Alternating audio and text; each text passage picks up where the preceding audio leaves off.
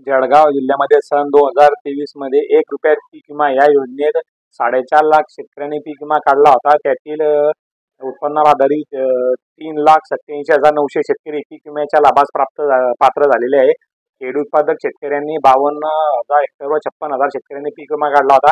त्यातील जवळपास 52,54,000 शेतकरी पीक विम्याच्या लाभास पात्र झालेले आहे. परंतु आज तागायत जळगाव जिल्ह्यातील खरीप व केळीचे 4.5 लाख शेतकरी पीक विम्याच्या लाभापासून वंचित आहे.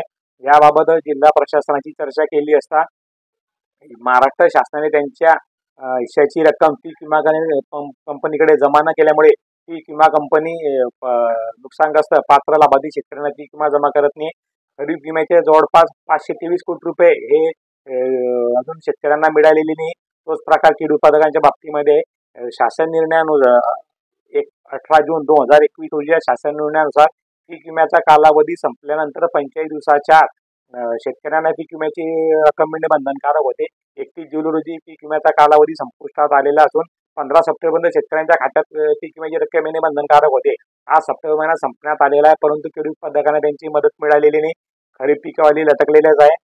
जर शेतकऱ्यांना नियमानुसार पीक विम्याची रक्कम मिळालेली नाही तर 31 ऑक्टोबर 2021 रोजी हा शासनाचा निर्णय. या निर्णयानुसार ज्यांच्यामुळे पीक विम्याची रक्कम लटकलेली आहे, ते महाराष्ट्र शासन असो पीक विमा कंपनी असो, त्यांनी 12% व्याजाने शेतकऱ्यांना पीक विमा देणे बंधनकारक होते.